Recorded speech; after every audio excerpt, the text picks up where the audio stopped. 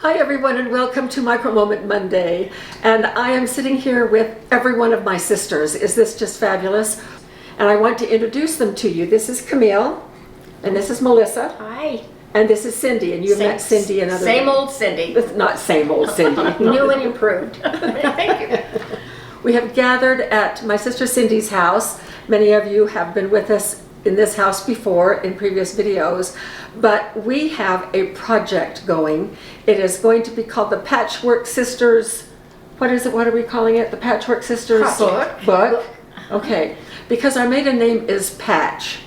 And I think I mentioned in another video, on the cover of our food storage book were little tiny pictures of several of our, about 30 of our different dishes. Meals. And Cindy's picture is intermingled and my picture is intermingled as the two authors. And when Cindy first saw it, she said, "Oh, that looks just like a patchwork quilt."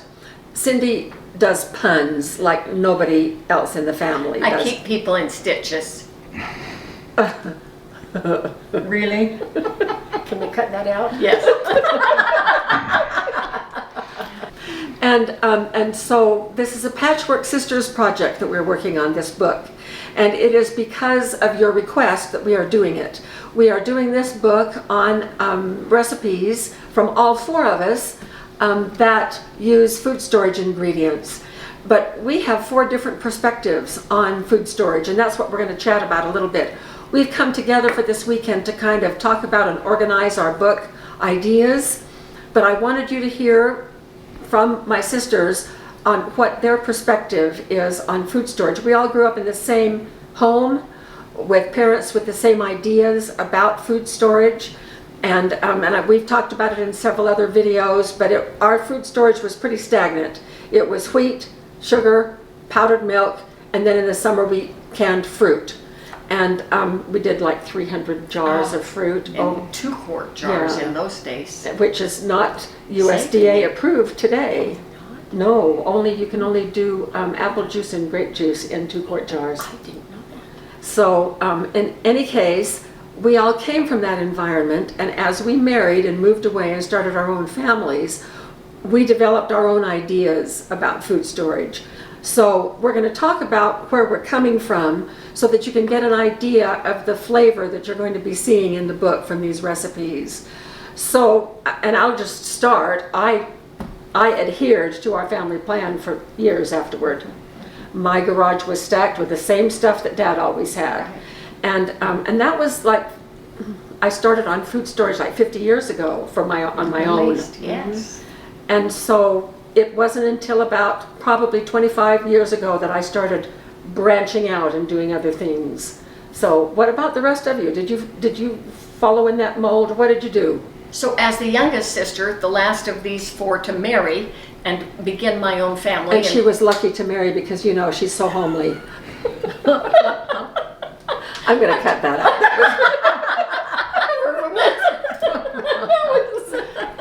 That was a bunch. But food storage has always been an interest to me and a love, because I love nutrition and food and storage. But when we were young married and having babies, we were very poor and could not do a whole lot. So in those years, it was emergency storage, the wheat, the flour, sugar. I always had ingredients on hand to make bread for a year, and then just some peanut butter, some rice and beans, and some of the dried things. And it wasn't until my children were older and later in life before I began branching into my current plan of planning for meals and serving a family of 8 with a variety. How about the rest of you? I started canning, I got the self-confidence because we worked with Mother and doing peaches or apricots or whatever. Yes. And I didn't do anything until we were working all over the country in different states for the first 5 years of my kids' lives. And when we moved to Huntington, we rented a little apartment, and the couple that rented it were very elderly. And I knocked on her door one afternoon and I said, "What are you up to?" And she said, "Well, I'm smoking some venison." And I thought, okay, I know all about venison, but I don't know much about smoking. So she showed me afterward, and when she taught me how to do meat and vegetables, it was really then that I began that, because that's one thing that Mother did not do. So it expanded your horizons. And of so, what but could be done. when you said meat and vegetables, you talk about canning, so pressure canning? Yeah, pressure canning, not just hot bath. It's a pressure cooker canner, it's called, if you're interested in getting something like that. And every year, my husband was an outdoorsman, he loved the gardening, and one year he planted 1,500 tomato plants. Oh, And I thought, can you please rain and come down and take out the tomatoes? Anyway, we did okay. We got a lot of food up from there, but that's originally after I did, my little landlady taught me. That's how I have built up a food storage and have done it every year since then. Camille is probably the most prolific canner among the four of us. She had the largest family, and her husband always put in a humongous garden. And so she has been very creative in the things that she has. I mean, she has shelves just lined. Now, you're a widow now. You still canning? Absolutely, I can year round. If it's on sale in December, I get it and bring it home and bottle whatever it is. And even now I do that because it kind of broadens my ideas of what I might like. Yeah. And I can't try it if I don't put it together. But I've also used, which is interesting, I've also used some of my already bottled products and in making a dinner with something else. But I need that ingredient, so I get it from the food storage, and it's been very helpful. So you go shopping in your food I go storage? shopping in my food storage. and you rotate what you've stored, which is a huge buzzword now, is using and rotating. My nail lady said once, when we were talking food storage, and she told What's me a nail lady? technician that does my fingernails. And so and she told me one of her clients stores food in her basement, gets a whole load of canned goods and has it for 2 years, and after 2 years throws it away and gets more. That's not what we're talking about. No. We've never done that. No. We store what we use, and we use what we store. And you've been doing that for years and years? Many, many years. Melissa, what about you? So my approach to food storage is very different from these girls. Like all of them, we stored. We knew it was important to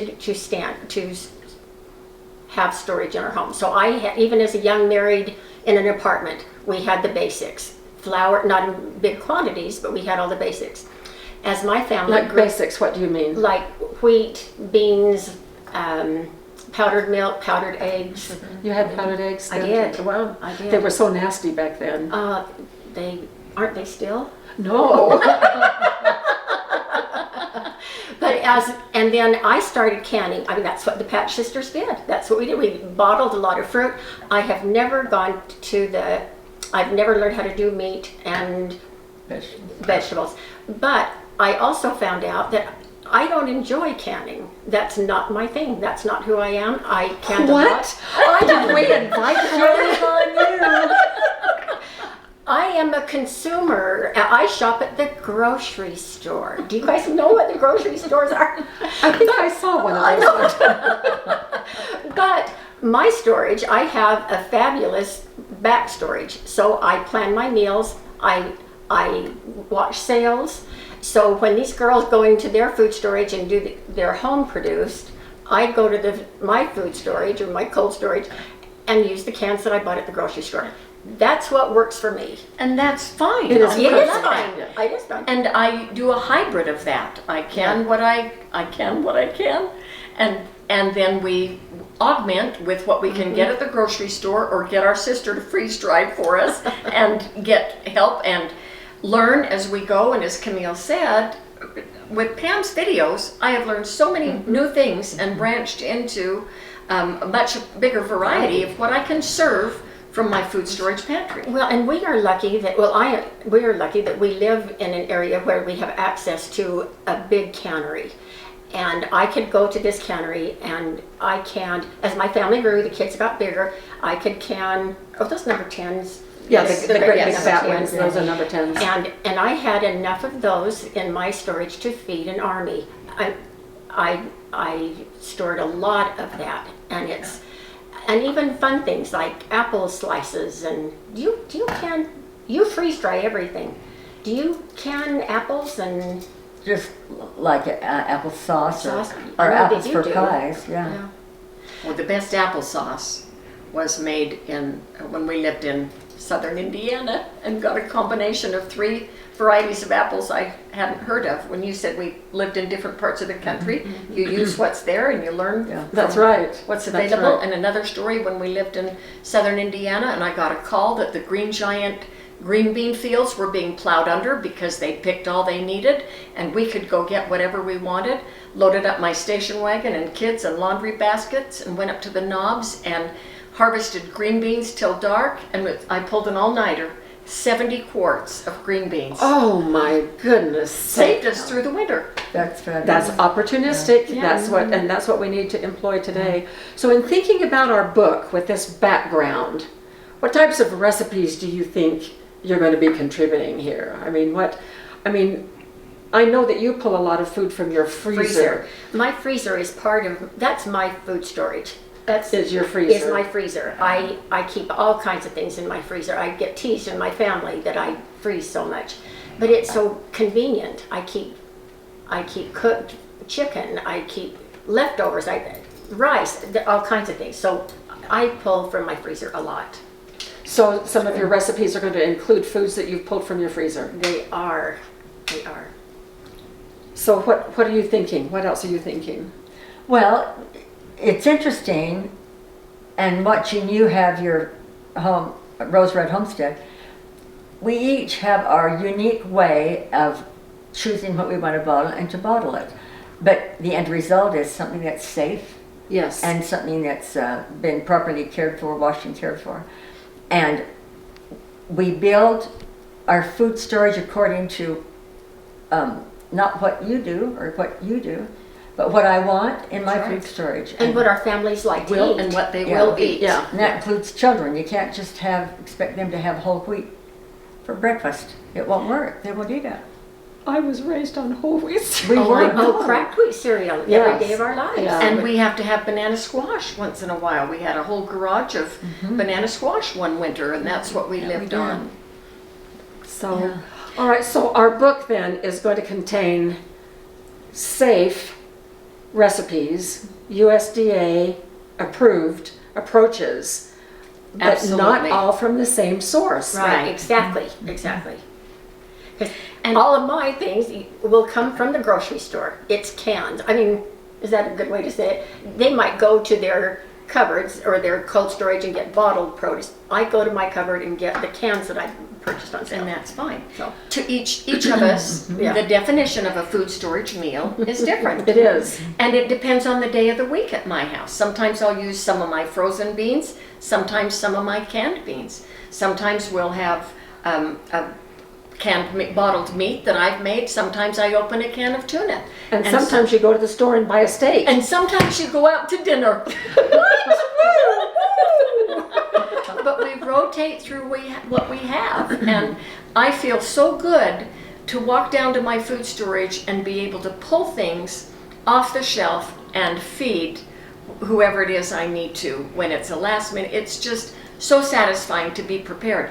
In a day when we're talking about shortages of water and having to boil water, and tomatoes are going to be in short supply, and garbanzo beans, and different concerns, it's just a wonderful feeling to know that you have enough to take care of your needs. So I think what I'm hearing, if I can summarize, is that when we get these recipes, and you say you're going to pull from the freezer, and you say you're going to pull from your food storage, and I'm going to say freeze-dried a lot. Yes. You're going to say bottled a lot. A lot of your things are going to come from bottled. Absolutely. I probably should do at the beginning of the book an explanation that if you do not have these things in your food storage, think about adding those to your food storage, but there's a variety of ways that you can stock up on those. Absolutely. Okay. Thank you. I'll put Thank that you. Yes, section well in. said. and Oh, the bottom line is the book that we're going to be putting together, and let's see, this is the first part of September.